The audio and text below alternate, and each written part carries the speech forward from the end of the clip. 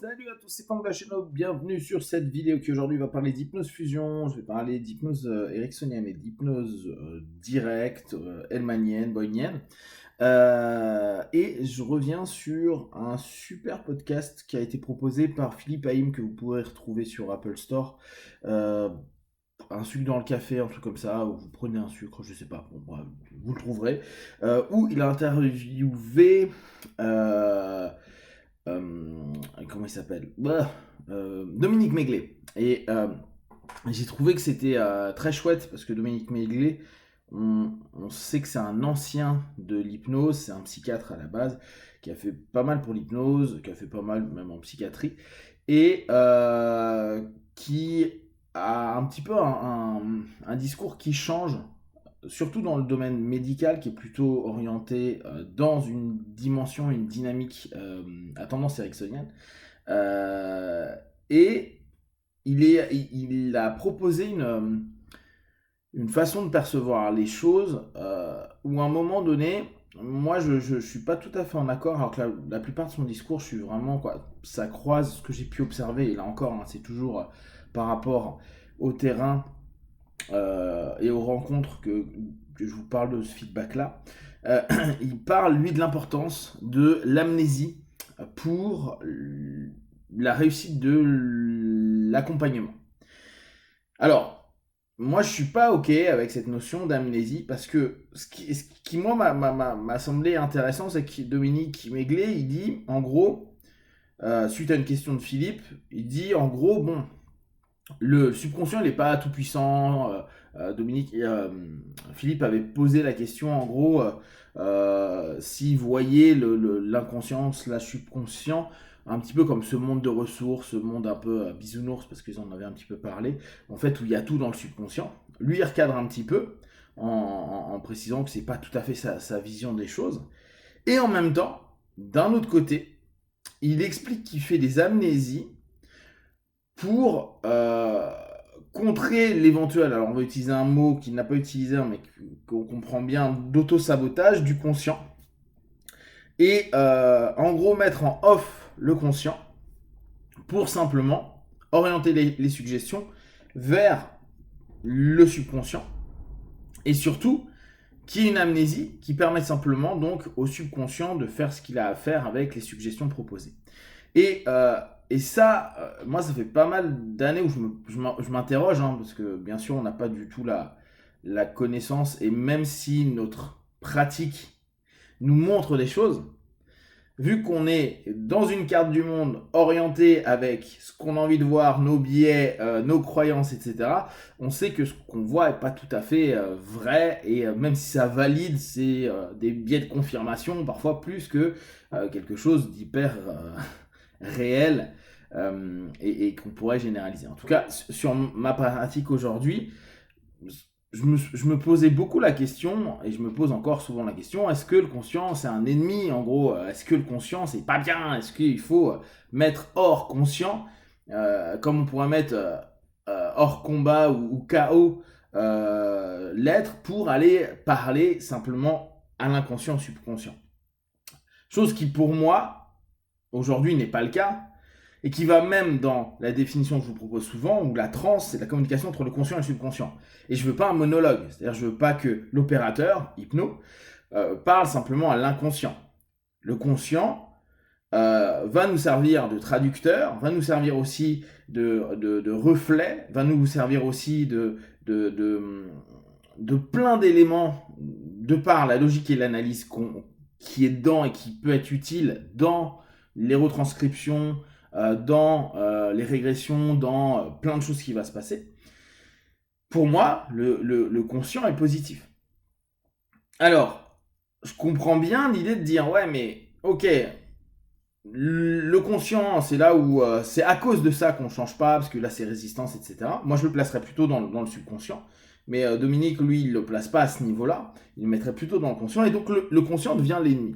Et c'est vrai que beaucoup, dans la tendance, et là je trouve que c'est vraiment très tendance ericksonienne, parce que pour avoir bon, en tout cas sur mon petit chemin actuel de rencontres, de formations, de voyages, etc., pour aller voir d'autres façons de travailler l'hypnose, pour observer surtout dans les pays anglo-saxons, comment ça fonctionne, j'ai pas souvent cette notion de il faut tuer le conscient.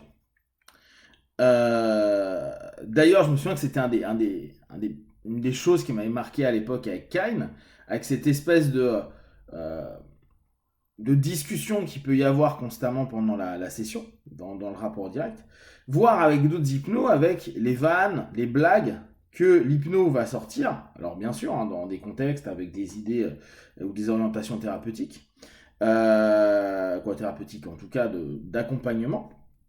Et d'ailleurs, là je vais vous faire ça sous peu, mais j'aimerais bien vous faire comme avec Dave Hellman avec Transforming Therapy de Boyne. Et il y a des moments quand il a son partenaire et qu'il s'adresse à la salle, parfois au travers d'enseignements et d'éducation qu'il fait, il travaille en indirect, bon, comme le faisait Milton, hein, avec le partenaire qu'il a sur scène. Et il y a des moments, ça peut être drôle. Il y a des moments, ça peut être des recadrages au travers d'éléments drôles. Et donc, pour moi, la notion du conscient était souvent, et voire constamment présent. Et il n'y avait pas une recherche absolue de l'éteindre. Alors après, on a peut-être, et là c'est vraiment du questionnement, une recherche dans une profondeur de transe dite profonde, c'est-à-dire au-delà du somnambulique pour moi, bien que sur les échelles de Arons, on peut dire qu'à partir du somnambulique, on commence à être dans une transe profonde. Pensez bien, une transe profonde ne nous coupe pas nécessairement du conscient. Hormis si ça devient une transe déséquilibrée. Et par exemple, les SDL, donc ils sont bien au-delà, ça nous donne une transe déséquilibrée, mais on est rarement dans une sélectivité à ce moment-là de la suggestion et une confiance en elle, qui est un des attributs de base dans l'hypnose directe de ce que représente une transe et l'hypnose de façon générale. Donc il y a pour moi quelque chose et une vraie réflexion à se dire, c'est intéressant parce que je vois régulièrement cette notion, le conscient il n'est pas gentil, vilain, on va donc l'endormir au travers de notre processus inductif pour ne parler qu'au subconscient. D'où le fait que très souvent dans le travail en indirect, qui existe aussi en direct, mais je le vois plus en indirect, on a les signaux, qui est une projection de ce que l'on pense être une communication avec le subconscient ou l'inconscient. Et dire en gros, bah non, mais si mon partenaire ouvre les yeux, si mon partenaire parle, si mon partenaire bouge, etc., bah ça veut dire que le conscient est là et ça veut dire que ma session est foirée.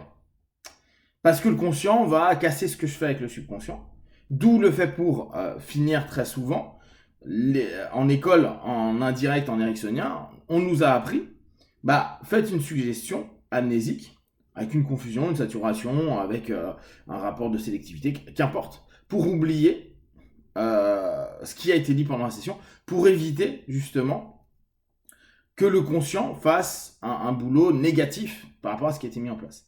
Alors que dans l'observation du direct, si à un moment il y a une résistance, un problème ou des choses qui émergent, bah c'est très bien pour nous que le conscient puisse dire « Ouais, mais à un moment donné, je me suis dit que, super, bah là tu nous ramènes à quelque chose, à quelque part, peut-être à un pattern, à une problématique. » Et c'est là où mon questionnement se dit « Ok, mais alors dans quel cadre? Peut-être, il y a un cadre, peut-être celui de l'accompagnement accès solution, c'est peut-être mieux de faire oublier, de se dire ok, on va potentialiser sur le fait que ton subconscient va trouver. C'est peut-être moins utile dans un accompagnement psychothérapeutique qui peut durer un peu plus longtemps. Ça n'a peut-être pas de sens dans de l'hypnose médicale, analgésique, anesthésie, ou peut-être au contraire beaucoup de sens. C'est là où il est peut-être utile de se dire why not? Moi, pour l'instant, je le valide pas en tant que tel. Je trouve pas que ce soit utile. Et pour l'avoir fait il y a des années et pour aujourd'hui ne plus le faire, bah, je vois pas en quoi l'amnésie était quelque chose de plus positif que ça. Voire même, je trouve que c'était problématique sur beaucoup d'éléments. Mais peut-être penser que ça est peut-être utile dans certains types d'accompagnement, peut-être des accompagnements court terme, des accompagnements de douleur, des accompagnements X ou Y, et ça ne l'est pas dans des contextes plus peut-être psychothérapie moyen terme. Si vous avez des questions également à vous partager sur Facebook, YouTube, je répondrai le plus rapidement possible. Et comme d'habitude, de tout ce que je propose, ne prenez que ce qui est bon juste pour vous tester, observer, analyser et conclure. Big one, ciao!